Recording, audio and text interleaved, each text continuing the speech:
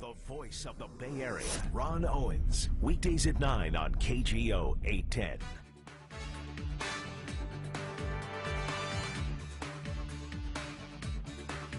And good Sunday afternoon. Matt Ray, KGO Radio 810.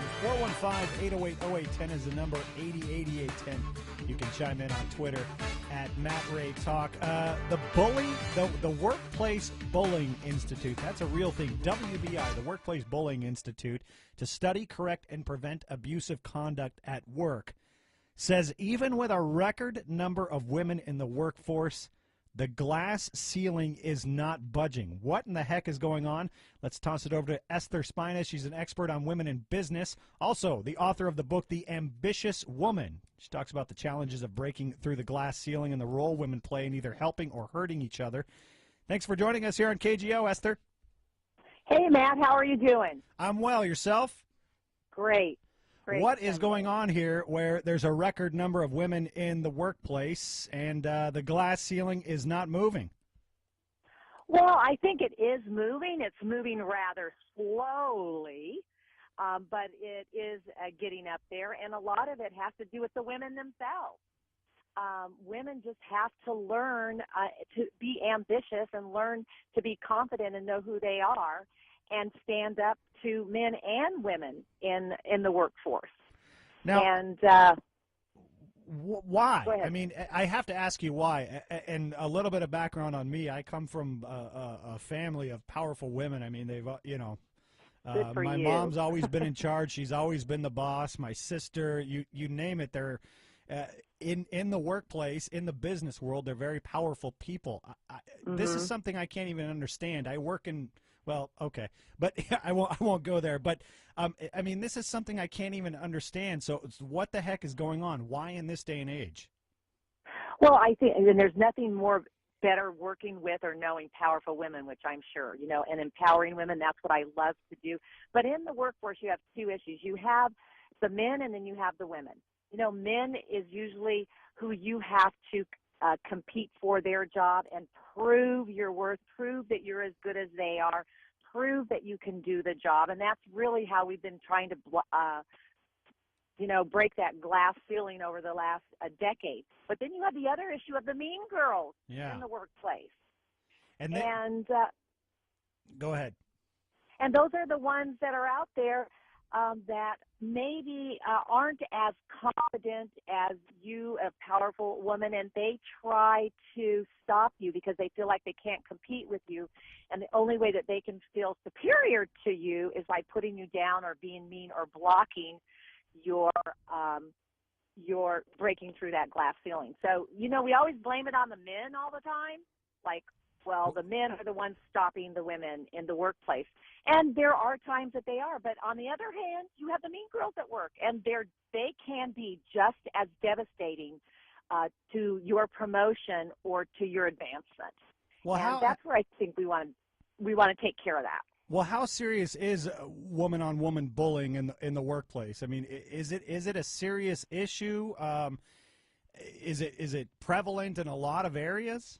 Yeah, I really do. I think ask any woman that works in the office, any woman that works in corporate America, any woman that works anywhere. There's always that group. There's always that group of women that create drama and can't stand for someone else to be better than them, or their conception of them is they're more beautiful, they're smarter, and they get back at them by being mean, by bullying. And so if you're being bullied, or if the mean girls are mean to you, this is where being confident and becoming ambitious and being persistent and consistent and knowing who you are and confident that you can just avoid the mean girls. And you just got to keep going. You can't let anything stop you once that you decide that you are as good as a man or a woman in any position, whatever it is. Yeah. And, that's a survey that came out talking about really that in the workplace, women, they did a survey, and women overwhelmingly would rather have a male boss than a woman boss. Now, why is that? I don't know. I mean, I don't know. You tell me. Well, and that's because women overwhelmingly are meaner than men. Sometimes if there's a man, Why? Why are you guys so mean? Why? that's the way. That's the way we are. But we don't have to be that way. We don't have to be that way, and that's why, honestly, Matt, I would much rather. I mean, and I love empowering women. That's my business. That's my passion. I would probably love your mother and your sisters because they're, because that's what I love to do. But I would much rather work with a man than a bullying woman or some woman that is not confident and has to pick on me or cause drama or be jealous of me. Even in my business today, in my marketing profession, I have women that won't talk to me. What did I do to them? I didn't do anything to them. Isn't it? They're jealous. Someone argue this is just playing into gender stereotypes. Is it? I mean, well, no, because men can be that way too. I right. mean, men, but they just handle it differently. Women tend to maybe gossip and are a little more underhanded. Men, on the other hand, why we see them out there and we go, oh, that he's like a dictatorship or he's just a feminist, is because they just say it pretty much how it is sometimes, and they're not right. And they don't handle their position correctly sometimes. But, I mean, we are seeing that men are finding out that, you know what, it isn't such a bad time to have a woman partner or to promote a woman. I mean, the number 2 face of Facebook, Sheryl Sandberg, come on. Yeah. I mean, she is Facebook right now. So women can break the glass ceiling. They can, and there are men. And I'm sure Mark Zuckerberg loves her. I mean, he put her in second in command. So men are realizing how powerful, and it is good to them to have a woman partner to promote them. And so that is being broken. But I will tell you, women need to be careful because they're going to sabotage themselves if they don't stop being petty, if they don't stop being mean at work. And, it comes after that movie Mean Girls, and we say that usually I'll tell my 7-year-old granddaughter, she'll come home and cry because her best friend was mean to her. And I go, you know what, honey? She's just a mean girl. And you're going to go through your life meeting mean girls. And this is what you have to do. You have to know who you are. You have to get away from them and not play on their role. Esther, I want to get more into this Workplace Bullying Institute study, too, because it talks about women bullying men and what happens. We can talk about former New York Times executive editor Jill Abramson, too. So if I can get you to hold on through the break, I'd appreciate that. Sure. Good Sunday morning. Matt Ray, KGO Radio 810. 415-808-0810 is the number. We're talking Mean Girls. Why do women bully at work? Our guest is Esther Spina. She's an expert on women in business, and the book is The Ambitious Woman. The website is estherspina.com. All right, so before we went to break, we were talking about the roles women play in the workplace and those who bully to get ahead. We were also talking about this Workplace Bullying Institute study. It found that women targets lost their jobs at a higher rate than men did. 30% of women who bullied men got fired. What's that about? Are the men not taking it from women, or are they just not taking it from anybody? Well, again, let's talk about what the word ambitious means, okay? Because the word ambitious really means having or showing a strong desire and determination to succeed, okay? That is a good thing. So what I think is women sometimes don't understand what being ambitious is. So, for instance, if you say a man is ambitious, what does everyone think? Oh, that's a great thing. Oh, he's ambitious. Sometimes when a woman is ambitious, people go, oh, my gosh, she's over-aggressive. She's this and that. And I think women themselves don't understand what the word ambitious means and what they need to be ambitious. So when they're bullying men in the workplace, they're thinking, I need to be ambitious. I am going to be super aggressive. I am going to stand up to men, and I am going to get my way. No. that isn't how it's going to work.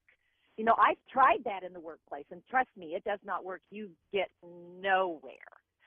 So women need to learn to be ambitious in the right way, exactly what the dictionary says, which is a good thing, showing a strong desire and determination to succeed. And the only way you can do that is by, you know, developing certain traits, loyal, humble, self-disciplined, those kind of traits that go along with ambitious. So you are correct, Matt. Women are, some of them are going about it wrong in the workplace, and they'll get fired.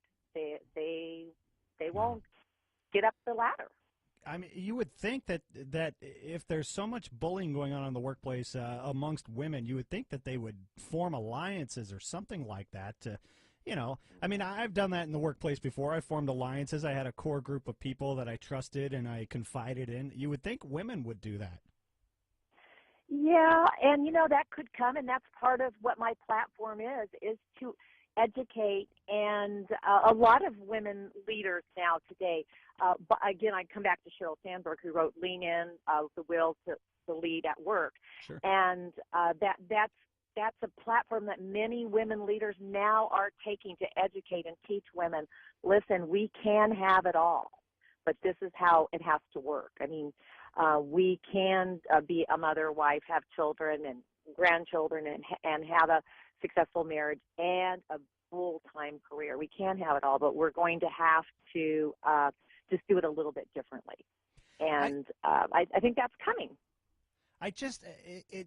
I'll go back to it again. It blows my mind in this day and age. Look, according to this Workplace Bullying Institute study, in 2013, women held 17% of board seats in corporate America. In 2012 and 13, fewer than a fifth of Fortune 500 companies had 25% or more women directors. 10% of companies had no women on their boards.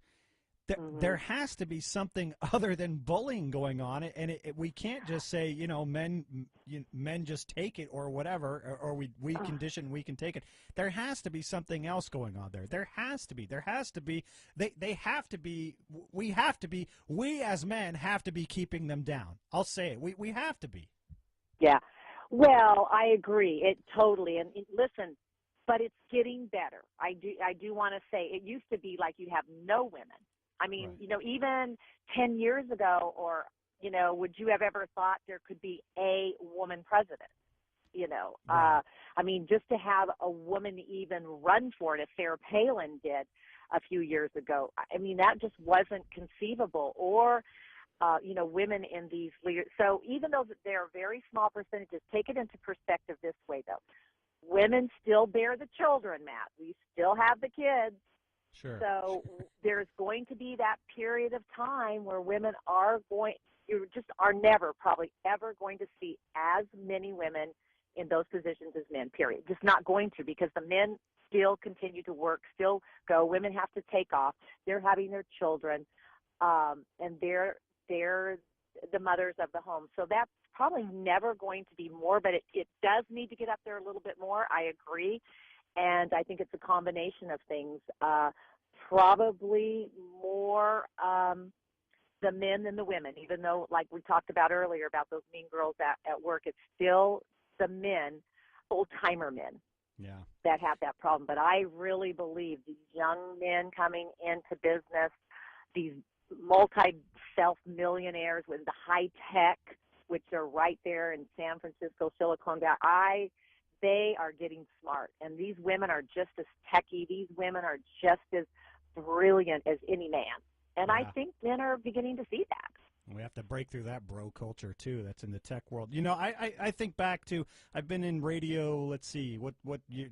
About 16 years, and I think back to, well, it was about 15 years ago, 14 years ago. I remember meeting a program director. Program directors are managers at radio stations. They're bosses. They're responsible for what.